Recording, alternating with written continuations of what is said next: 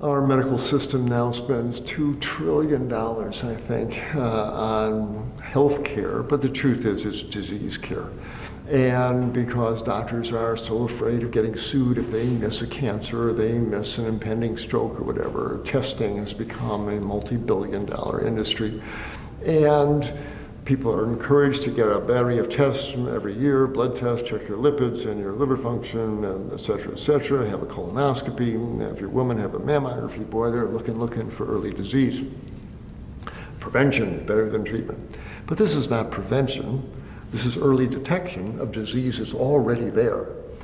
And all of this comes back to that plaque that I have in my office. Well, what diseases are they looking for? Clogged arteries, high blood pressure, diabetes, inflammatory diseases, and cancers. All of these are driven by our current animal-based, meat and dairy, rich, processed, sugar-laden, oil-laden, 21st century diet. The plaque in my office says it's the food. It's been the food all along. And it's so sad and alarming to me for us to spend these billions and billions of dollars looking for signs of diseases that we're creating every day with every burger and beef taco and pepperoni pizza. That's the cause of these diseases. That's what clogs the arteries and raises the blood pressure and clogs the insulin receptors, so we get diabetes and sets off inflammatory bowel disease. It's the food, it's the food, it's the food. And so we've got this cycle that feeds on itself. The food, God forbid, the doctor should ask the patients, what are you eating? And recommend a whole food plant-based diet. That would change everything. But that's the name with which dare not be spoken. They don't talk to the patient about their diet, because it means the doctor's got to change his own diet, and he doesn't want to do that. And so we get this never-ending repeating cycle of bad food creating bad diseases, so you spend these trillions of dollars trying to reverse diseases that the person is perpetuating with every pizza. And so if you're eating that standard American diet, yeah, you probably should get your lipids checked and blood count, your liver function, kidney function, tests for cancer, colonoscopies. But if you are eating a whole food plant-based diet, and you are lean and healthy with normal blood pressure, normal bowel function. I've had no medical problem for years and years, and every meal is based on soups and salads and greens and legumes, etc., that I've laid out. You don't need to go to your doctor's office and look for diseases that you obviously don't have. Now, a lot depends on your family history. If you're a father, two brothers, and uncle all died of colon cancer at age 50, yeah, you clearly have a genetic risk there. And if you're eating a standard meat and dairy-based diet, you ought to get your colonoscopy done.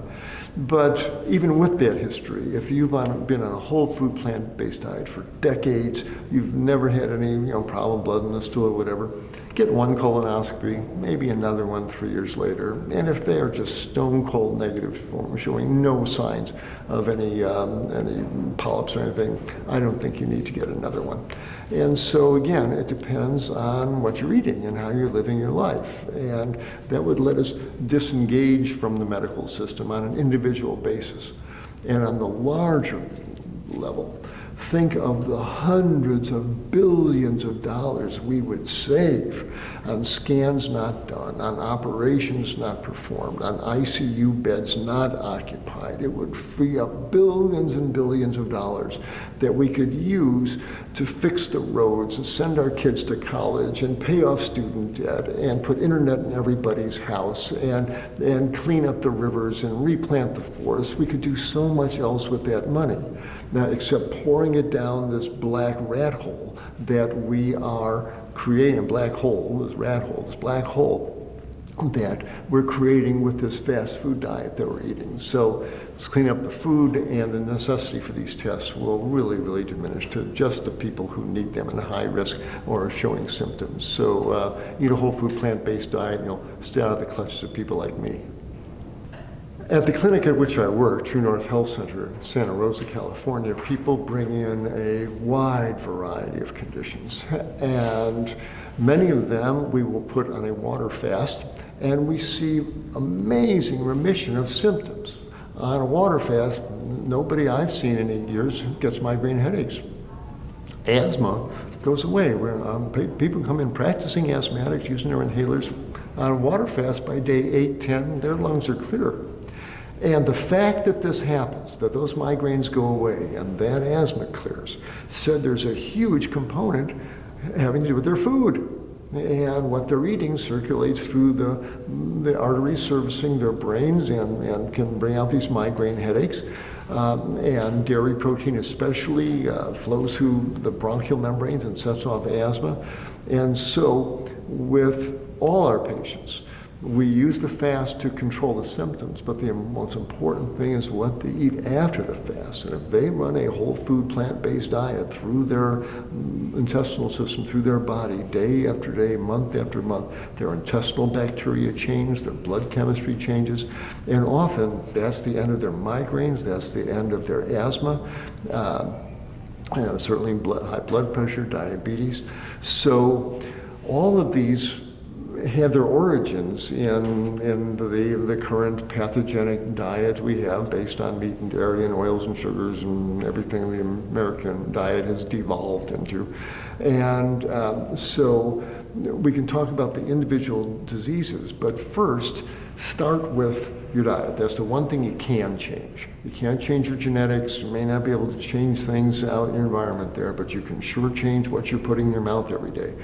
Running a whole food plant-based diet through your intestinal tract, that will change your gut bacteria, that will change your blood chemistry. Those things alone often are all that's needed to make these dreadful, life-damaging medical issues. Migraine headaches every 3 days, asthma so bad you can't walk upstairs without using an inhaler. These things cripple your life. Start with the food and clean that up. And then you can call us. We do phone consultations, Skype consultations. We can help you with the fine tuning there. But most of these have their origin in our current Western diet. And if that's changed, most of these conditions get better. So start with the food and make it things that grow out of the ground. And there's a good chance that you'll be saying, oh yeah, I used to have migraines years ago. Oh, I used to have asthma. We hear that all the time. And those are words that people would love to be able to say when they're still in the throes of those diseases. But these conditions can go away, and start with the food, and most everything gets better from there.